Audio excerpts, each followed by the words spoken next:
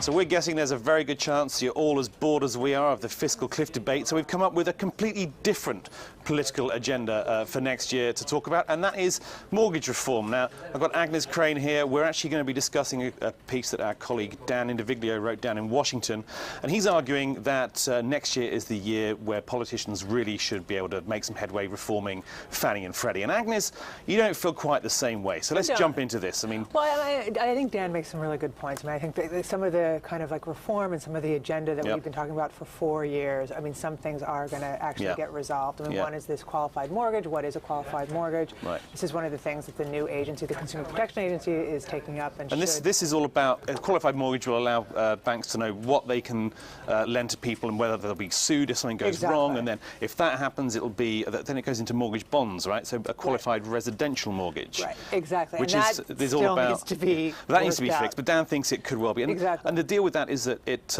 allows banks to know that what they don't need to keep on their balance sheet. So if you have a qualified mortgage as a bank, if you've made a qualified mortgage, you can then sell it to Fannie and Freddie or to bond investors, and you don't need to keep any skin in the game. Okay, so that's good. He's also saying that economically, if you look at the economy, it's looking pretty good, right? The housing numbers. The housing numbers are coming back, but I mean, I think this is where my own skepticism kind of comes in. I mean, one is it's been 4 years since we had the crisis and since Fannie and Freddie were taken over, but also there's never been like a natural constituency out there that would really be pushing for housing reform, at least not a big enough one. I mean, there are certain people, the new Jeb Henseling, the Republican, as he's head of, going to be the incoming head of the Finance Committee. No, I think for some lawmakers, this is definitely a pet project, and they feel pretty passionate about it. But I mean, there's been an entire mortgage industry that's been built around the housing market, and really became quite large with the housing boom, and that hasn't really gone away, right? So, and they're afraid that housing reform could hurt the housing market. So again, it's always going to be, which is what they've always said. We don't want Fannie and Freddie to be responsible for such a large part of the market. They're responsible for 90% or more of the risk, or them and the Federal Housing Administration. Exactly.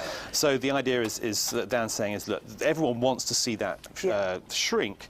We say next year, look, we've got the economy, we've got regulations making some headway, we've got some politicians interested, and now's the time to do it because things are so good, or at least better. We don't need this behemoth there. No, and I think that's all very reasonable, but I think things like taxes, it can become very unreasonable. Right? The issue is we have seen the housing market bounce back, but it's nowhere near what it was. We still have homeowners underwater. So anything that's perceived as a stop on the housing recovery, I think is going to get a lot of of course, Dan's arguing that this is just time to do the reform. It will take several years to kick in. He's saying that let's get the guarantee fee right, which is what people pay. And on that, I don't disagree. So Fannie and Freddie charge a guarantee fee. Exactly. And it's very low. If they brought it up, then it would make the private sector more competitive. And I think there's a lot of agreement on a lot of this, but it can become very powerful to basically say, wait, it might hurt the housing market. Let's wait until 2014. And as we're seeing with the fiscal cliff debate, exactly, very good reasons why politicians get nothing done. Exactly. Agnes, thank you. I hope, Dan, we've done your piece justice. I know Agnes isn't quite